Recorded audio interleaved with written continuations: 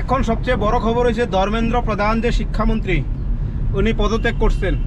আমি বারবার আপনাদেরকে একটা কথা কই, যতক্ষণ আপনি হিন্দু থাকবেন, যতক্ষণ আপনি মুসলমান থাকবেন, যতক্ষণ আপনি শিখ থাকবেন, যতক্ষণ আপনি ঈসাই থাকবেন, ততক্ষণ এই দেশের কোনো ক্ষেত্রে উন্নয়ন করা সম্ভব না।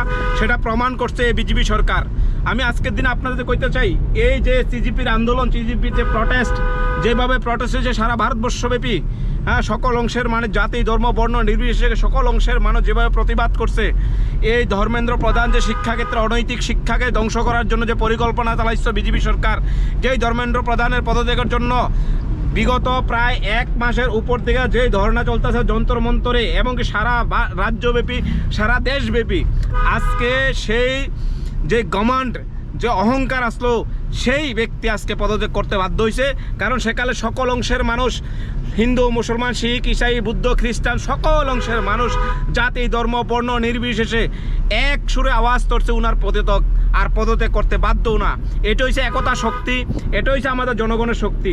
যতক্ষণ আপনি একতা থাকবেন ততক্ষণ। আর আমার প্রশ্ন হয়েছে, ধর্মেন্দ্র প্রধান পদত্যাগ কী কারণে করছে? যদি উনি অন্যায় না করতো তাহলে কেন পদত্যাগ করতে হয়? নিশ্চয়ই উনি অন্যায় করছে, ছাত্রদের সাথে বেআইনি অন্যায় করছে, ছাত্রদের জীবন নিয়ে ছিলিমিলা করছে, এই ভারতবর্ষের শিক্ষা ব্যবস্থা নিয়ে তার ধ্বংস করছে। আজকে তিনি প্রতিবাদ করছে, সকল অংশের মানুষ মিললে সেখানে তিনি পদত্যাগ করতে বাধ্য।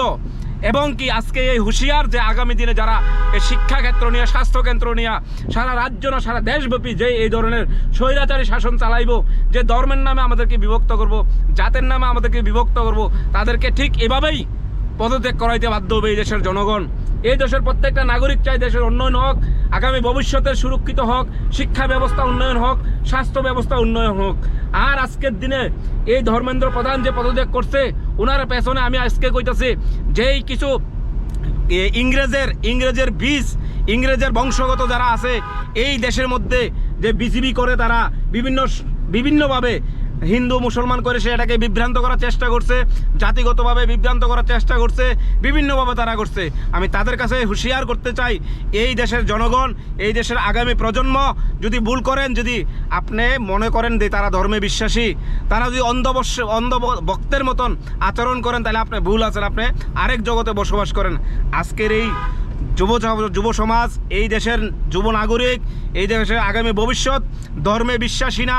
আপনি যেই ধর্ম করেন, যেই কর্ম করেন, আপনার খাদ্য কীটা, আপনার পোশাক কী, সেটা যার যার ব্যক্তিগত স্বাধীনতা, যার যার ব্যক্তিগত বিষয়। এই দেশের জনগণ চায় আগামী ভবিষ্যৎ উন্নয়ন হোক, শিক্ষাক্ষেত্রে উন্নয়ন হোক, স্বাস্থ্যক্ষেত্রে উন্নয়ন হোক।